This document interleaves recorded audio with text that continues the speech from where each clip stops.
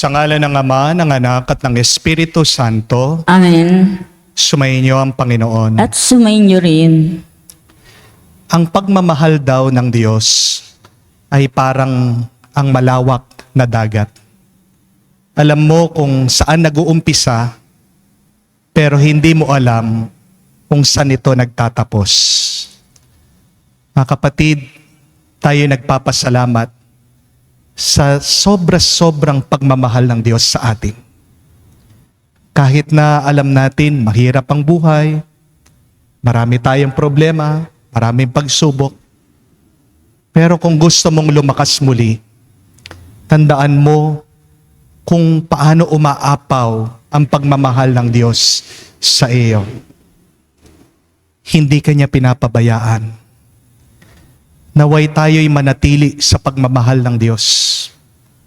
At naway suklian naman natin ang sobra-sobrang pagpapala, ang sobra-sobrang pagmamahal niya sa atin.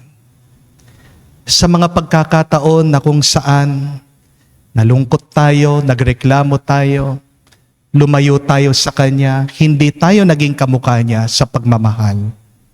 Hilingin natin muli ang awat pagpapatawad ng Diyos para tayo ay makita na karapat dapat makatanggap sa Kanyang banal na misteryo. Inaamin ko. Sa makapangyarihang Diyos at sa inyo mga kapatid, na lubha akong nagkasala sa isip, sa salita, sa gawa at sa aking pagkukulang, kaya'y sinasamo ko sa mahal na Birheng Maria, sa lahat ng mga anghel at mga banal, at sa inyo mga kapatid, na ako'y ipanalangin sa Panginoong ating Diyos. Kaawaan tayo na makapangyarihang Diyos, patawarin tayo sa ating mga kasalanan, patnubayan tayo sa buhay na walang hanggan. Amen.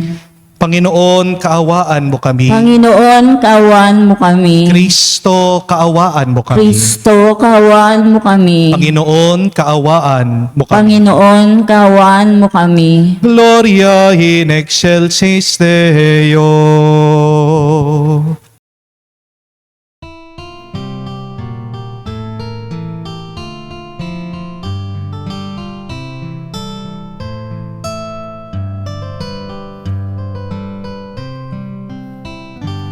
Luwalhati sa Diyos sa kaitaasan, kaloob sa lupa ay kapayapaan. Pinupuri ka at ipinangdarangal, sinasamba ka dahil sa dakila mong kalwalhatian. Panginoon naming Diyos, Hari ng langit, Amang makapangyarihan, Panginoong Jesucristo, bugtong na anak ng Diyos, Kordero ng Ama. Ikaw na nag-aalis ng mga kasalanan ng sanlibutan. Tanggapin mo ang aming kahilingan, ikaw na naluluklok sa kanan ng Ama. Maawa ka sa amin, ikaw lamang ang banal, Panginoong Jesucristo, kasama ng Espiritu, sa luwalhati ng Ama. Amen, Amen, Amen.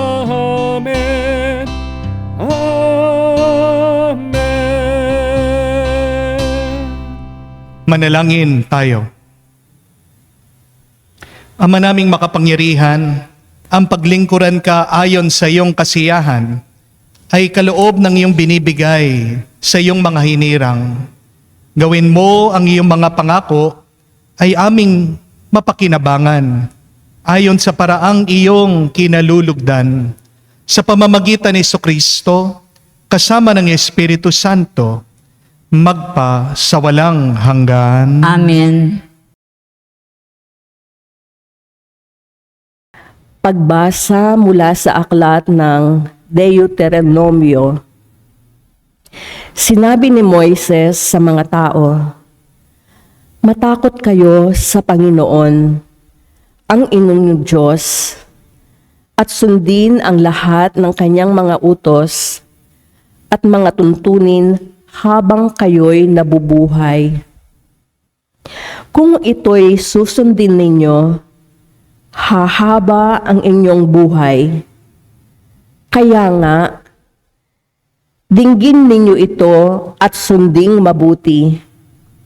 Kung magkagayoy, mapapanuto kayo at lalaki ang inyong lahi pagdating ninyo sa lupaing ipinangako sa inyo, sa lupaing sagana sa lahat ng bagay.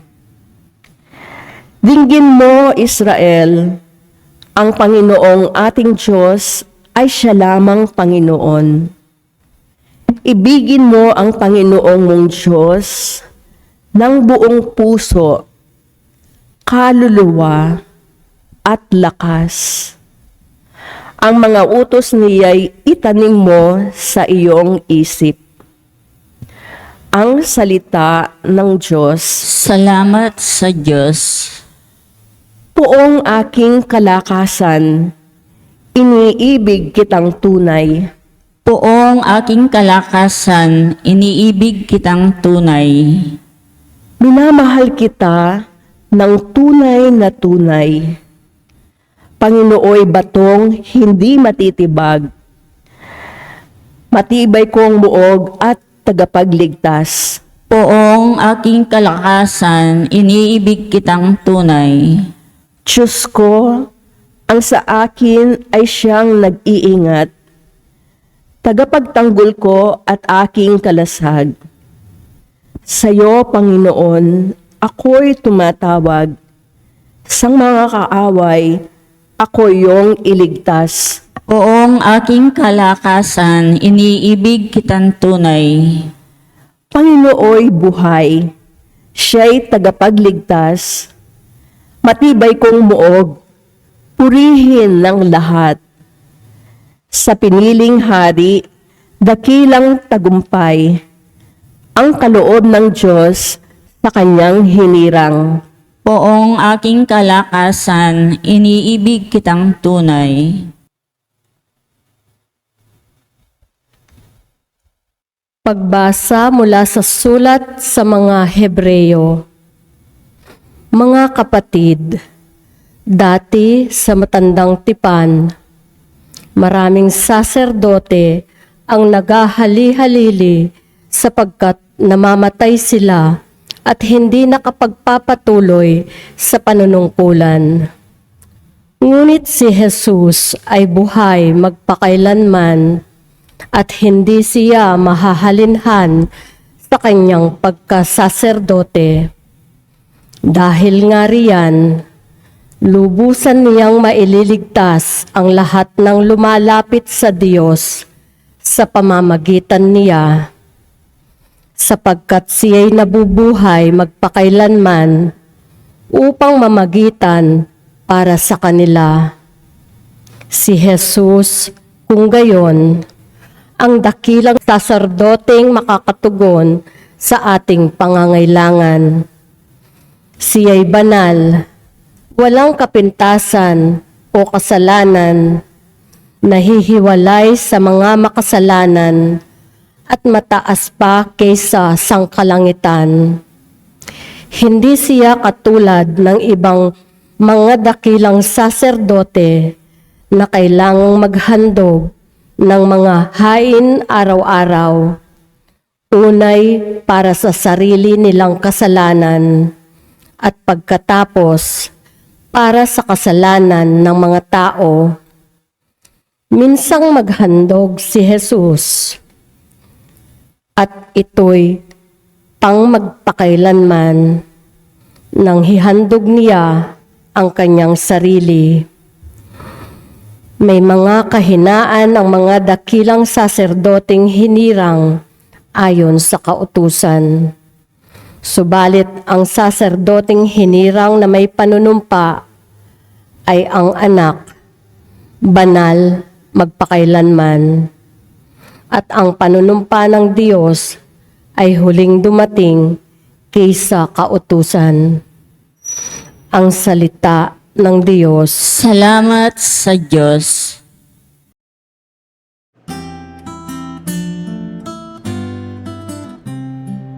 Alleluia, alleluia, alleluia, alleluia, alleluia, alleluia, alleluia, alleluia, alleluia, alleluia, alleluia, alleluia. Ang sa akin nagmamahal, tutupad sa aking aral, ama't ako'y mananahan. Alleluia, alleluia. Sumainyo ang Panginoon. At sumainyo rin. Ang mabuting balita ng Panginoon ayon kay San Marcos. Papuri sa iyo, Panginoon. Nung panong yun, lumapit ang isa sa mga eskriba kay Jesus at tinanong siya, alin pong utos ang pinakamahalaga? Sumagot si Jesus, itong pinakamahalagang utos. Pakinggan mo, Israel. Ang Panginoon na ating Diyos, siya lamang ang Panginoon. Ibigin mo ang Panginoon mong Diyos ng buong puso, buong kaluluwa, at buong pag-iisip at buong lakas. Ito naman ang pangalawa, ibigin mo ang iyong kapwa gaya ng iyong sarili. Wala nang ibang utos na hihigit pa sa mga ito. Tama po, guro, wika ng eskriba. Totoo ang sinasabi ninyo. Iisa ang Diyos at wala nang iba liban sa Kanya. Ang umibig sa Kanya ng buong puso, buong pag-iisip, buong lakas, at ang umibig sa kapwa gaya ng kanyang sarili ay higit na mahalaga kaysa magdala ng lahat ng handog na susunugin at iba pang hain. Nakita ni Jesus na matalino ang kanyang sagot. Kaya't sinabi niya, malapit ka nang mapabilang sa pinagaharian ng Diyos. At wala nang nangahas na magtanong kay Jesus mula noon. Mga kapatid, ang mabuting balita ng ating Panginoon. Pinupuri ka naming Panginoong Hesukristo. Magandang araw po muli sa inyong lahat at sa lahat po ng ating mga taga-subaybay sa ating banal na misa. Welcome po sa ating parokya and a very happy and blessed Sunday po sa inyong lahat. Kung meron po kayong katabi, pakigreet nyo naman po, happy and blessed Sunday. Kung kayo po ay mag-isa, please smile. Why? Because every gising is a blessing. Amen? We know, my dear friends, that in order to receive, you must give. Kung gusto mong makatanggap, dapat marunong ka ring magbigay. Halimbawa po, anong kailangan mong gawin para pumasa ka sa exam? Siyempre, kailangan kang mag-aral. Kailangan masagot mo 50% ng test mo. Amen? Anong kailangan mo namang gawin para ikaw ay makatagpo, makakuha ng trabaho? Siyempre, kailangan mag-submit ka ng magandang resume. Dapat din po may kakilala ka, may backer ka. Hindi po ba? At syempre, pag in-interview ka, kailangan marunong ka ding sumagot. Ngayon, marami po nagtatanong nito, ano daw pong kailangan gawin para magkajowa sila? Ano po ang sagot? Unang-una po dyan, dapat mabango ka. Ha? Maligo po kayo. Magsupilyo ka. Dahil ang natatandaan ng mga tao, hindi lang po ang itsura. Ang natatandaan po ng mga tao, yung amoy mo. The scent leaves an impression in us. Amen? Pangalawa po dyan, dapat may pera ka. Hindi po ba? Kasi ang pera nakakaganda. Ang pera nakakagwapo. Kahit na wala kang itsura, kahit na pangit ka, aba, pag may pera ka, nagkakagusto sila sa iyo. Amen?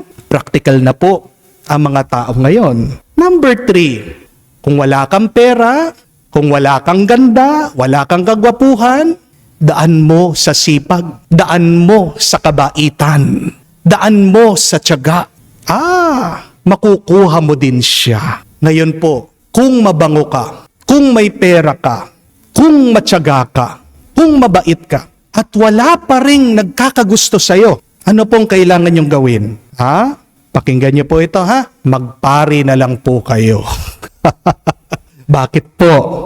Kasi po, pag nagpari ka, kahit na wala kang itsura, madaming magkakagusto sa'yo. Sa akin na lang po, Ang dami pong nagkakagusto po sa akin. Yun lang nga, mga senior citizen. Ayan, shout out po sa mga fans kong senior citizen. Joke lang po. Ito pong huling tanong ko. Pagdating po sa pagmamahal, ano pong kailangan nating gawin para tayo po ay mahalin ng iba? What do you need to do in order for other people to love you? Ano pong kailangan para mahalin ka ng iba? Kailangan ba na magmahal ka din? Di po ba? Hindi. Ang dami pong ganyan. Kahit na nagmamahal na silang nagmamahal, hindi pa rin sinusuklian ang kanilang pagmamahal. MU ang tawag po nila dyan. Anong ibig sabihin ng MU? Maling ugnayan. What do you need to do in order to be loved? Simple lang po ang sagot. Wala. You need to do nothing in order for you to be loved. You don't need to do anything to be loved. And that is the good news. Yan pong mabuting balita. Kasi kung talagang mahal ka ng isang tao, mamahalin ka niya kahit sino ka pa, kahit wala ka pang ginawa, kahit na wala ka pang napatunayan. Amen? Halimbawa po, kayo po mga magulang, di ba? Mahal na mahal niyo po yung mga anak niyo kahit nung hindi pa sila pinanganak, kahit nung nandun pa sila sa inyong sinapupunan. Mahal na mahal niyo po ang inyong mga anak kahit na hindi mo pa alam yung itsura niya. Di po ba? Kahit na hindi mo pa alam ang kanyang kasarian. Mahal na mahal mo ang anak mo kahit na hindi pa siya nakapag-graduate. Kahit na hindi ka pa binibigyan niya ng pera. Kahit na wala pa siyang nakamtan sa buhay niya. At mamahalin mo ang iyong anak. Kahit na naging masama ang kanyang ugali. Kahit na naging matigas ang kanyang ulo. Kahit na naging pasaway siya. Kahit na nagrebelde siya. Kahit na ano pang ginawa niya. Mamahalin mo siya. Ang mabuting balita, wala ka dapat patunayan para mahalin ka. Dahil ang tunay na pagmamahal, mga kapatid, ay minamahal ka kahit na hindi ka kamahal-mahal. Remember that? True love loves even the imperfect. Yan ang tunay na pagmamahal. Walang kondisyon. At yan din po ang pagmamahal ng Diyos. Mahal tayo ng Diyos kahit na. Mahal tayo ng Diyos kahit pa. Mahal tayo ng Diyos hindi dahil meron tayong ginawa. God's love is not based on any condition, but God's love is based on who He is. Hindi ka minamahal ng Diyos dahil masunurin ka. bago ka pa sumunod sa Kanya, minahal ka na niya. Hindi ka minamahal ng Diyos dahil nagsisimba ka. Bago ka pa nagsimba, mahal ka na niya. Hindi ka rin mahal ng Diyos dahil meron ka nang ginawa ngayong araw. Bago ka pa nagising kaninang umaga, minahal ka na ng Diyos. Ang pagkakaiba po ng pagmamahal natin sa pagmamahal ng Diyos ay sa ating paningin. Di po ba? Pag naghahanap ka ng mamahalin, humahanap ka ng maganda, ng gwapo, maganda ang ugali, mabait, masipag. Yan po yung kondisyon ng ating pagmamahal. Pero ang Diyos, hindi po siya tumitingin sa ugali ng tao bago siya magmahal. Bago pa siya tumingin, nagmahal na siya. Yan po ang misteryo ng pagmamahal ng Diyos. Before God even looked at us, He has already loved us. Kaya nga po, diyan po tayo inaanyayahan ng Diyos. Diyan po tayo inaanyayahan ng mabuting balita natin ngayon. Na mahalin natin ang Diyos ng buong isip, buong puso, buong kaluluwa, buong lakas natin. Bakit? Bilang sukli, bilang paggalang, bilang pasasalamat natin sa Kanyang pagmamahal sa atin. Dahil ang Kanyang pagmamahal, mga kapatid, umaapaw. Ang pagmamahal ng Diyos sa atin, sobra-sobra. Amen? Understand, my dear friends, that even if we are commanded to love God is actually a blessing for us. When you love God, you are already being filled with His grace. Wag po sana nating makitang pabigat ang pagmamahal natin sa Diyos.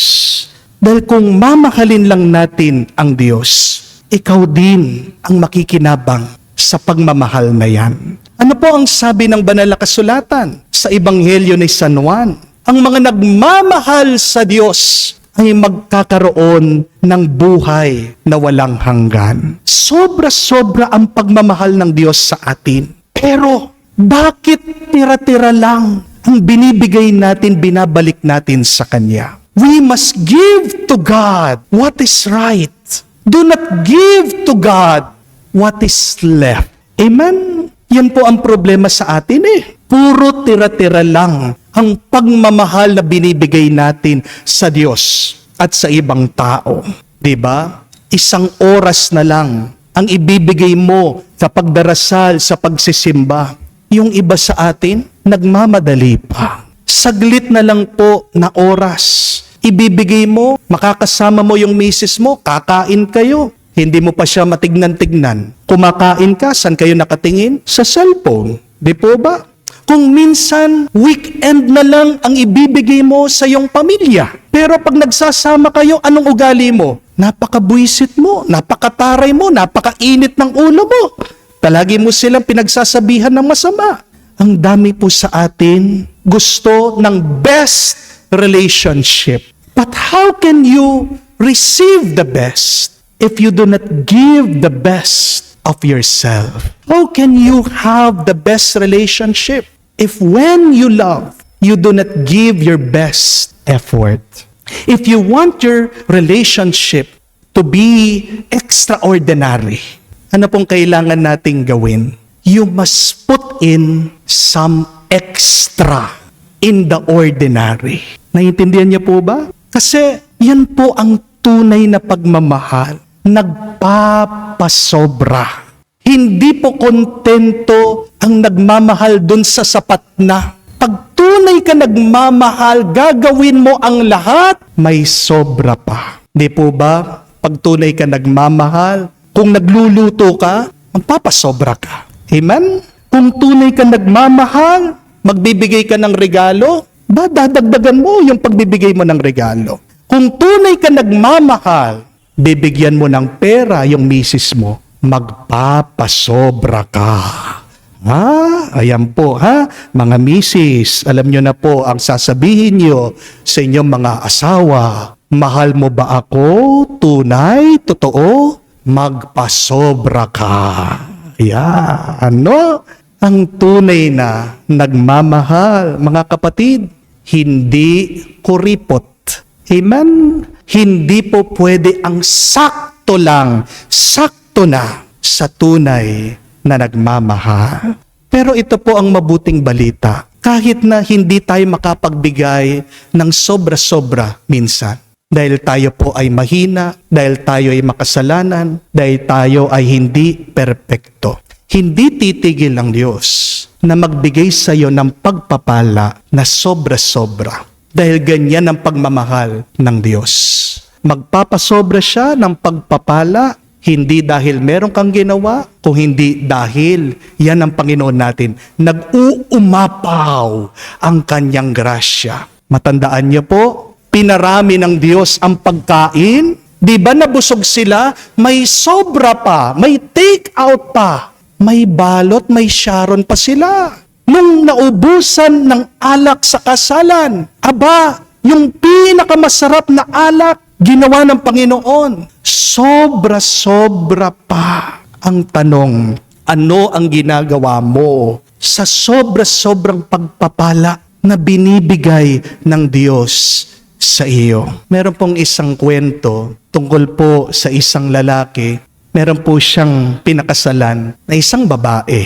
Napakaganda po nitong kanyang misis. Pero isang araw, nagkaroon po ng sakit sa balat yung misis niya. Skin cancer po. Paunti-unti, nag-iba po yung itsura ng kanyang misis. Nawala po yung kanyang ganda. Isang araw po, itong mister umalis, nagkaroon po ng business trip. Pero sa kasawiyang palad, pagka-uwi po nitong lalaki, nabulag siya. Nagkaroon po siya ng problema. Pero kahit nabulag po siya, tanggap po siya nung misis niya. Inalalayan po siya ng kanyang misis. Nagpatuloy pa rin po yung kanilang relationship. Parang walang nagbago. No? Mahal na mahal pa rin po ng misis yung kanyang asawa. Itong pong lalaki, nagpapasalamat dahil siya ay ginagabayan, inaalagaan ng kanyang misis. Pero isang araw, lumala po yung sakit ng babae. Dahil cancer, wala na po silang magawa. Pumanaw po ang misis niya. Namatay po siya. Sobrang lungkot po ng lalaki nung pong nilibing yung kanyang asawa. Kaya nagdesisyon po siya na ibenta ang lahat at umalis po sa lugar para hindi po niya naaalala yung kanyang misis. Sabi po nung abogado nitong lalaki, paano ka mabubuhay na mag-isa? Wala na yung misis mo. Alam niyo po, dito po sinabi nitong lalaki ang katotohanan. Sabi niya, hindi naman talaga ako totoong bulag. Nagpanggap lang akong bulag. Nagkunwari lang akong hindi nakakakita. Para hindi ma-insecure at malungkot yung aking asawa. Nakikita ko araw-araw, talagang nag-iba yung kanyang itsura, pumangit siya. Pero hindi ko minahal ang misis ko dahil sa kanyang itsura. Sabi po ng mister, mahal na mahal ko ang aking misis dahil mahal ko siya. Alam po natin ang kasabihan that love is blind. Pero hindi ko po alam kung alam nyo kung ano ang dahilan bakit sinasabi natin yon. Why is love blind? Kasi ang tunay na pagmamahal, pinag-iisa niya ang dalawang puso, ang dalawang kaluluwa na hindi nakikita. True love is blind because it unites two souls that are invisible, that you cannot see. At ganyan din po ang pagmamahal ng Diyos sa atin. Kahit na ang Diyos, kita niya ang lahat, pero pagdating po sa atin, bulag siya sa kanyang pagmamahal. Kahit na marami tayong mga kasalanan ginagawa sa Diyos, tandaan niyo po ito, mas malaki ang kanyang pagmamahal kesa sa ating pagkakasala. God's love is blind. He loves despite of our sins. He loves despite of our disobedience. And He loves despite of our lowest low. Kung tayo galing sa Diyos, sana magmahal din tayo kamukha niya. Huwag magdidepende ang iyong pagmamahal sa ginagawa ng tao. Pero sana magmula ang iyong pagmamahal galing sa Diyos, galing sa iyong puso. Love not through your eyes, but love, my dear friends, please, from your heart. Ask that question. How do I love? Do I love from my heart or do I love from my eyes? Minsan ang balakid ng napakarami sa atin sa pagmamahal. Nagmamahal sila sa isip. Bakit hindi na nila kayang mahalin ang kanilang mga asawa, ang kanilang mga anak? Naiisip nila palagi yung ginawang mali ng kanilang minamahal. Again, my dear friends, I invite you, do not love through your mind, but love through your heart. Because in your heart, you have received the love of God. You have received the grace from God. Kaya nga po, kung nalulungkot kayo ngayon, marami kayong problema, marami kayong pagsubok, marami kayong bigat sa buhay, isipin nyo lang po ito. Mahal ka ng Diyos. When you try to reflect on that, when you try to pray over that, you say it, repeat it, God loves me. God loves me. God loves me. You will be strengthened by that. Magpapalakas sa'yo, hindi pera, hindi kayamanan, kundi ang pagmamahal ng Diyos. Amen? Kahit na mahirap mga kapatid, magmahal po kayo ng sobra-sobra. Dahil makakatanggap ka rin ng sobra-sobrang grasya galing sa Kanya. Magdasal po tayo. Dahil sa pagdarasal lang, diyan tayo magkakaroon ng panibagong pagmamahal. Remember, the fruit of prayer is love. Kaya gusto mong umapaw muli, pagmamahal sa iyong puso. Do not stop praying. Please, my dear friends, follow the greatest commandment to love God, to love your neighbor, to love yourself. Dahil sa iyong ginagawa, ikaw din ang makikinabang. Sobra-sobra po ang tinanggap natin sa Diyos. Pasalamatan natin siya sa pamamagitan ng pagmamahal din sa ating mga kapwa, sa ating sarili, ng sobra-sobra. Amen. Sumasampalataya ako Sa Diyos, amang makapangyarihan sa lahat, na may gawa ng langit at lupa, sumasampalataya ko kay Jesucristo, isang anak ng Diyos, Panginoon nating lahat. Nagnakatawang tao siya, lalang ng Espiritu Santo, ipinanganak ni Santa Mariang Birhen, pinagpakasagi ni Poncio Pilato, ipinako sa krus, namatay, inilibing, nanawag sa kinaroroonan ng mga yumao, na may 3 araw, nabuhay na mag-uli, umakyat sa langit, naluluklok sa kanan ng Diyos amang makapangyarihan sa lahat. Doon nagmumulang paparito at hukom sa nangabubuhay at nangamatay na tao. Sumasampalataya naman ako sa Diyos Espiritu Santo, sa banal na simbahang Katolika, kasama ng mga banal, sa kapatawaran ng mga kasalanan, sa pagkabuhay na muli ng namatay na tao, at sa buhay na walang hanggan. Amen. Mga kapatid, hangad nating matupad ang lahat ng ninanais ng Diyos. Tigib ng tiwala sa Kanyang pagmamahal sa atin, ating sambitin. Panginoon, dinggin mo kami. Panginoon, dinggin mo kami.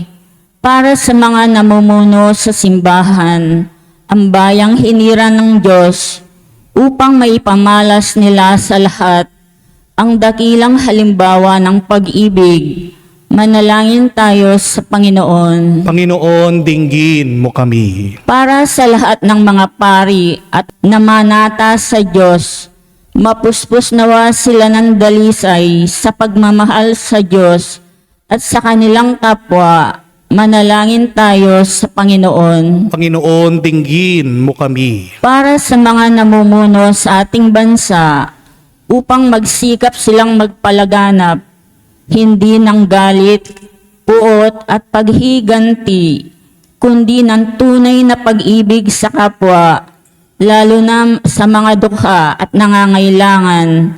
Manalangin tayo sa Panginoon. Panginoon, dinggin mo kami.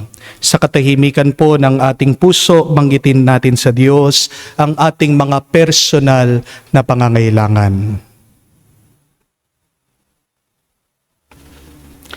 Ama naming mapagmahal, sugo mo sa amin ng iyong banal na Espiritu upang mapuspos kami ng tunay na pag-ibig sa iyo at sa aming kapwa. Sana'y matamo namin ang aming kahilingan sa buhay at kasiyahan ng kalooban at maging katulad ng iyong anak na si Jesucristo, aming Panginoon. Amen.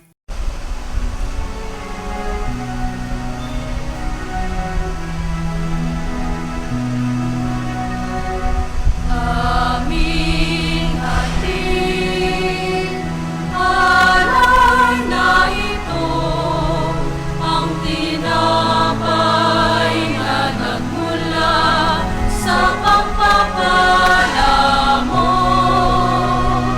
At tanggapin ang alak na ito, inuring inihain sa'yo. Mahal naming Diyos, iyong tanggapin ang munting alay mula sa amin. Buong puso namin hihintayin pagpapala ng aming hiling. Pagpapala ng aming hiling. Manalangin kayo mga kapatid, para ang ating mga paghahain ay kalugdan ng Diyos amang makapangyarihan. Tanggapin nawa ng Panginoon itong paghain sa iyong mga kamay, sa kapurihan niya at karangalan sa ating kapakinabangan at sa buong sambayanan niyang banal. Ama naming lumikha, ang paghahain naming ito ay maging dalisay nawa at maging banal na pakikinabang namin sa iyong awang dakila. Sa pamamagitan ni Jesucristo kasama ng Espiritu Santo, magpa sa walang hanggan. Amen. Sumainyo ang Panginoon. At sumainyo rin. Itaas sa Diyos sa inyong mga puso at diwa. Itinas na namin sa Panginoon. Pasalamatan natin ang Panginoong ating Diyos. Marapat na siya ay pasalamatan. Ama naming makapangyarihan, tunay nga marapat ikaw ang aming pasalamatan sa pamamagitan ni Jesucristo na aming Panginoon. Lubhang nabagbag ang kanyang loob sa pagkakamali ng tao sa sansinukob. Kaya minabuti niyang siya'y ipanganak ng birheng bukod mong pinagpala sa babaeng lahat. Sa labi ng imbing kamatayan, kami ay inagaw ng namatay mong anak. Sa pagkabuhay niya kami kanyang binuhay, upang kaugnay namin sa iyong huwag magwakas. Kaya kaisa na mga anghel na nagsisiawit ng papuri sa iyo nang walang humpay sa kalangitan, kami nagbubunyi sa iyong kadakilaan.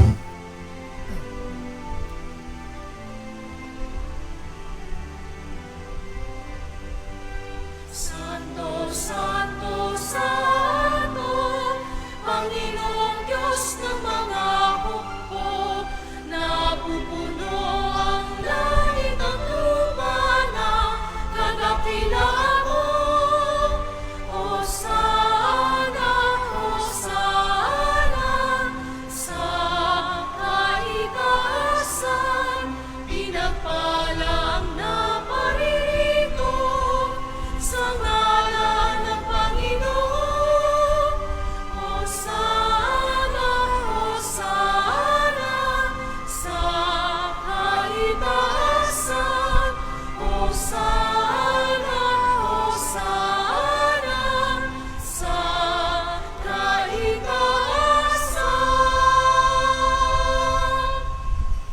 Ama naming banal, ikaw ang bukalan tanang kabanalan. Kaya't sa pamagitan ng iyong Espiritu, gawin mong banal ang mga kaloob na ito, upang para sa amin maging katawan at dugo ng aming Panginoong Jesucristo.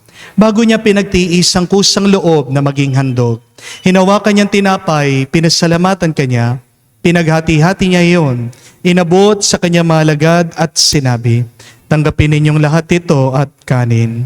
Ito ang aking katawan na ihahandog para sa inyo.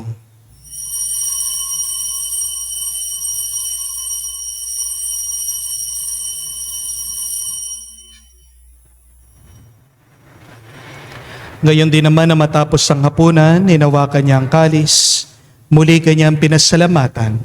Inabot niya ang kalis sa kanyang mga alagad at sinabi, tanggapin ninyong lahat ito at inumin.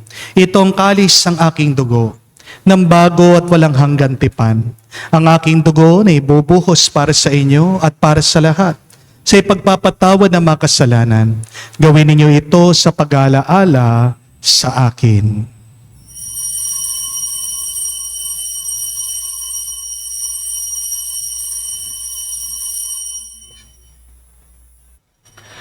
Ang misteryo ng pananampalataya. Aming ipinahayag na namatay ang iyong anak, nabuhay bilang Mesiyas at magbabalik sa wakas para mahayag sa lahat. Ang mga ginagawa namin ngayon ang pag-alaala sa pagkamatay, muling pagkabuhay ng iyong anak. Kaya tinialay namin sa iyo ang tinapay nagbibigay buhay at ang kalis na nagkakalob ng kaligtasan. Kami nagpapasalamat dahil kami yung minarapat na tumayo sa harap mo para maglingkod sa iyo. Sinasamo namin kami magsalo-salo sa katawan at dugo ni Kristo ay mabuklod sa pagkakaisa sa pamamagitan ng Espiritu Santo. Ama, lingapin mong iyong simbahan, laganap sa buong daigdig. Puspusin mo kami sa pag-ibig. Kaysa ni Francesco, ang aming Papa, Florentino, aming Arsobispo, at ng Tanang Kaparian. Alalahanin mo rin ang aming mga kapatid na nahimlay, may pag-asa sila muling mabubuhay. Gayon din naman lahat ng mga pumanaw. Kawan mo't sila't patuloyin sa iyong kaliwanagan.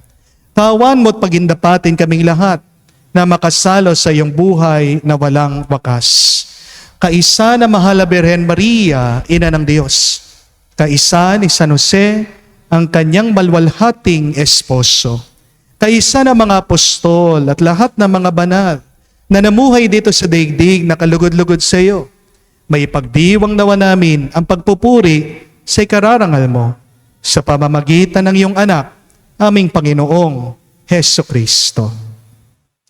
Sa pamamagitan ni Kristo, kasama niya at sa Kanya, ang lahat ng parangal at papuri ay sa iyo, Diyos Ama, makapangyarihan, kasama ng Espiritu Santo, magpasawalang hanggan. Amen, amen, amen. Sa nakakagaling na utos at turo ni Jesus sa Panginoon natin at Diyos, ipahayag natin ng lakas loob.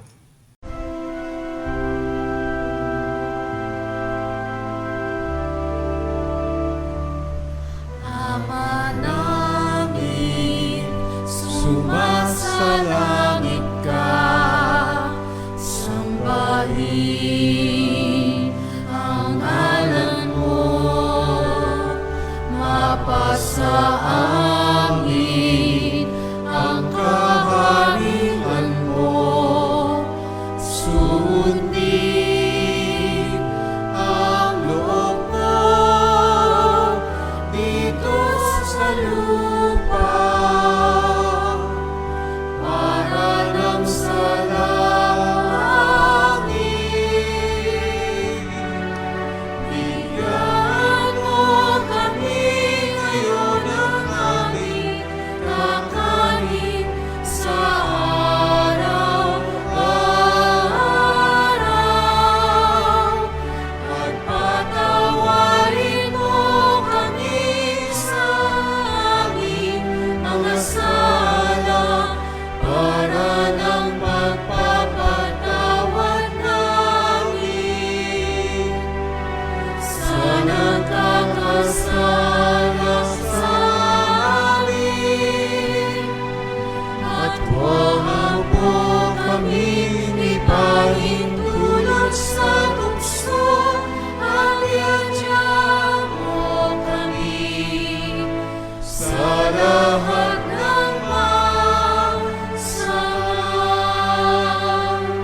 Hinihiling namin kami adya sa lahat na masama, pagkalooban ng kapayapaan araw-araw, ligtas sa kasalanan, ilayo sa lahat ng kapahamakan, samantalang aming pinanabikan ang dakilang araw ng pagpapahayag ng tagapagligtas naming si Heso Kristo. Sapagkat iyong kaharian at ang kapangyarihan at ang kapurihan magpakailanman. Amen. Panginoong Heso Kristo, sinabi mo sa iyong mga apostol, kapayapaan ang iniiwan ko sa inyo.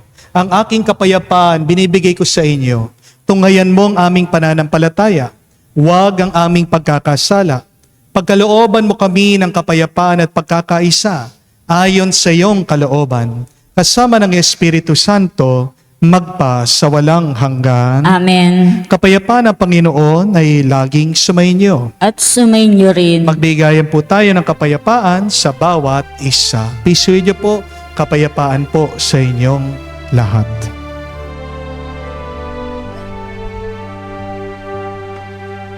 Kordero ng Diyos na nag-aalis ng mga kasalanan ng sanlibutan, maawa ka sa amin.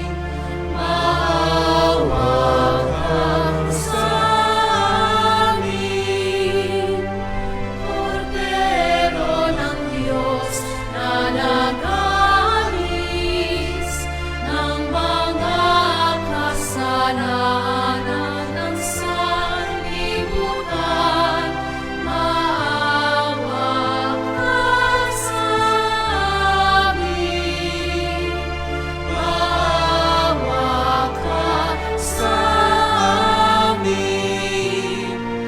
Kordero ng Diyos na nag-aalis ng mga kasalanan ng sanlibutan, ipagkaloob mo sa amin ang kapayapaan.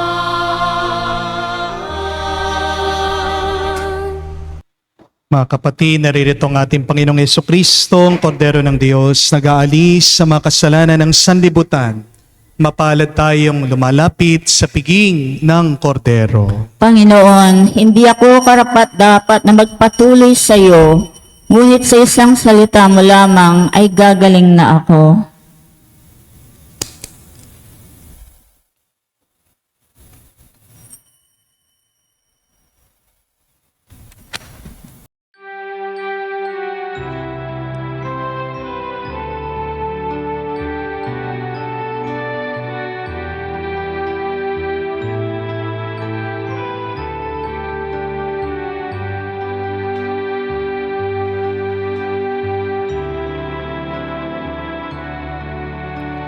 Alam mong pagkatao ko,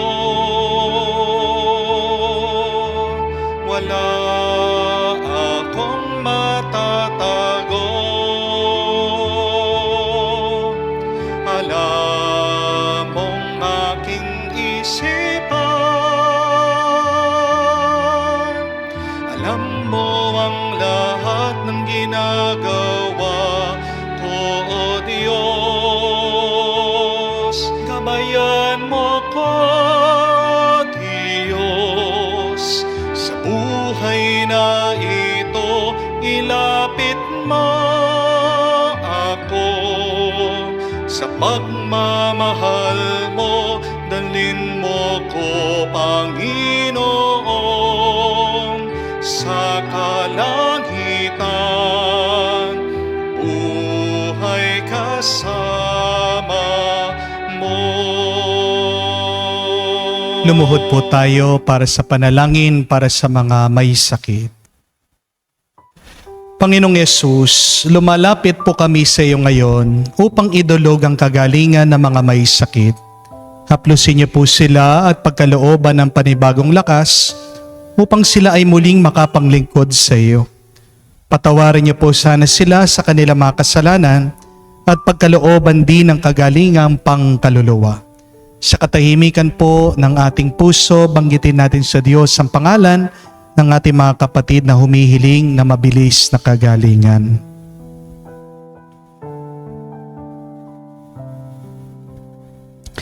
Hinihiling namin ito sa ngalan ni Kristo, aming Panginoon. Amen. Panalangin para sa mga OFW. Ama, pinapanalangin namin sa iyo ang natatanging kahilingan ng lahat ng mga nagtatrabaho sa ibang bansa. Tulungan mo sila bawat sandali ng kanilang buhay habang nasa ibang bansa. Palakasin mo sila kapag pinanghihinaan sila ng kalooban. Pagalangin mo sila tuwing nagkakasakit. Aliwin mo sila kapag nalulungkot sila. Hilayo mo sila sa anumang masama at kapahamakan upang magpatuloy sila lagi sa kanilang buhay. Mapahalagan nawa ng kanilang mga pamilya ang bawat sakripisyo nila sa ibang bansa upang wag masayang ang kanilang pagpapagal. Kaawaan at pagkalooban mo ng biyaya ang lahat ng mga OFW dahil sa iyo lamang aasa at wala ng iba pa. Ang lahat ng ito ay aming sama-samang panalangin sa ngalan ni Jesus. Amen. Banal na mukha ni Jesus. Kawaan mo kami. Manalangin tayo. Ama naming mapagmahal, magkaroon nawa ng karagdagang bunga ang iyong ginampanan sa aming banal na pakikinabang upang sa aming pagsasalo, maging handa kaming tumanggap sa katuparan ng pangako mo. Sa pamamagitan ni Jesucristo, kasama ng Espiritu Santo, magpa sa walang hanggan. Amen. Ang mabuting balita ay, kahit na wala tayong gawin, mamahalin at mamahalin tayo ng Diyos. Bago man magumpisa ang umaga, mahal na tayo ng Diyos. Bago man tayo magtrabaho, mahal tayo ng Diyos.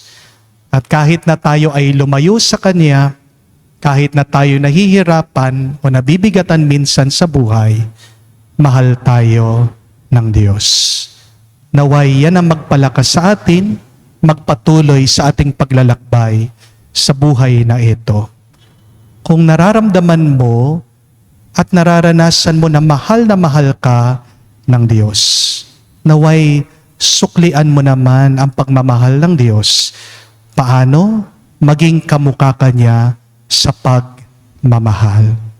Magmahal ka galing sa puso. Huwag kang magmamahal sa pamamagitan ng iyong mata, ng iyong isip. At kung ikaw ay magmamahal, sana kamukha ng Diyos, sobra-sobra. Huwag sakto. Huwag limitado. Kaya nga po, para sa ating assignment ngayong linggo, magbigay po kayo ng sobra. Kung kayo po ay kakain sa labas, magtip naman po kayo ng sobra. Kung kayo man po ay maglimos naman po kayo ng sobra. Kung kayo naman po ay magtatrabaho, sana dagdagan niyo po ang effort niyo. Kung mag-spend po kayo ng quality time kasama ang inyong mga pamilya, pasobrahan nyo naman po ang oras at magbigay kayo ng sobrang atensyon habang kasama nyo sila. Dahil mga kapatid, tandaan nyo po, ang pagbibigay natin at pagmamahal natin, tayo din ang nakikinabang. It is written in the Bible that it is more blessed to give than to receive. Di lang sana tayo tanggap ng tanggap sa Diyos. Magbigay ka at makikita mo aapaw, sobra-sobra ang grasya niyang darating sa buhay mo. Sumayin niyo ang Panginoon. At sumayin niyo rin. At kayo ay pagpalain ng Diyos makapangyarihan sa lahat sa ngalan ng Ama, ng Anak, ng Espiritu Santo. Amen. Ang ating misa ay natapos na. Umayo kayo sa kapayapaan ni Kristo. Salamat sa Diyos.